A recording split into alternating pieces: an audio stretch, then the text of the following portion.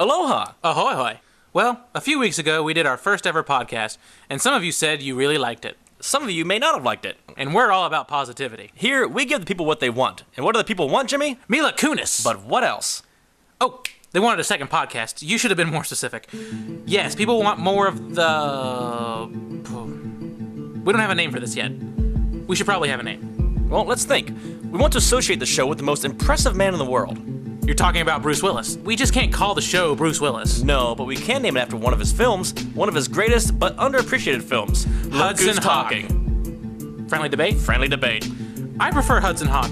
Look Who's Talking is more closely associated with John Travolta. But it makes sense. We're talking about issues of the day. So it's like, hey, look who's talking. We're talking. That's who. Hudson Hawk, that doesn't make any sense.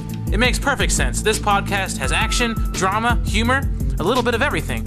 Just like Hudson Hawk. Look Who's Talking is about babies. We're not babies, we're men, damn it. I think people are going to have trouble making that connection. A lot of people haven't seen Hudson Hawk. After you edit and post this, we can have our fans post comments. They can vote for this stupid Look Who's Talking or the very clever Hudson Hawk. We'll let you, the fans, decide. Unless you're from Iowa, because apparently you guys can't pick a winner. Oh, see, you're segueing, but you're doing it poorly. Mitt Romney, Mormon Thundercat, has declared himself the inevitable nominee of the Republican Party. To prove this, he points to his 2 consecutive victories in Iowa and New Hampshire. But just like Jesus coming to the United States, the win in Iowa never happened. That's right. Rick Santorum, who is definitely not gay, actually won the contest by 34 votes. Because in Iowa, the state motto is, "Our liberties we prize, our rights we will maintain, but math we could take or leave." Jimmy, why don't you break it down for us? Initially, Mitt Romney was declared the winner by 8 votes. The state of Iowa neglected to count all of the votes, which most smart states do when a contest is this close. After finally finishing counting, it turns out that our boy Ricky! We do love him here at Moonlighting. It turns out that Rick Santorum actually won the contest by 34 votes. Now, Jimmy, you're a political scientist. Wouldn't most in your field agree that that is slightly more than losing by 8 votes? Right you are, Mike. Only the most fringe of political scientists would say that it's not. Iowa is now refusing to declare a winner. This GOP nomination is like a monkey shit fight at the zoo, but not as dignified. Well, this monkey shit fight just lost one more combatant. Rick Perry is now out of the race, throwing his big, stupid support behind Newt Gingrich. You know, can we just stop for a moment? What's wrong, Mike? Can we just stop and just really focus on what an asshole Newt Gingrich is? Sure, why the hell not? Here's our new segment, Newt Gingrich, Asshole. Here, we explain the many ways in which Newt Gingrich is an asshole. There's the trying to ruin a president's career for getting a blowjob when you yourself are doing the exact same thing to your secretary, then claiming you did it because you love America so much. If by America you mean some ass on the side, then yes, he loves America very much. The suggestion that poor kids should clean the schools because they don't know how to work hard, and janitors, well, they get paid too much. Oh, this is a good one. He stated we should get rid of bilingual education, teaching only English, so Hispanic children can, quote, learn the language of prosperity, not the language of the ghetto. He said that black people should demand paychecks, not food stamps. Then there is his continued sanctimonious preaching of family values, despite being married 3 times, cheating on his first 2 wives unrepentantly. Whoa. I think we're not asking a very important question. Who would willingly and consensually fuck Newt Gingrich? I don't know.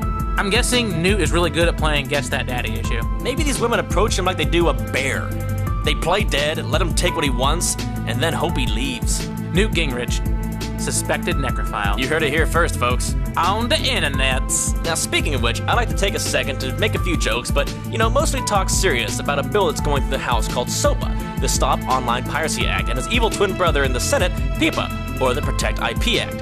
Chances are, before January 18th, you had no idea what these things were, and some of you may still not know what's going on. These bills are designed to target foreign rogue infringing sites, which means it aims to shut down any website which illegally hosts copyrighted material. While that by itself is not necessarily a bad thing, what is bad is how it means to go about it.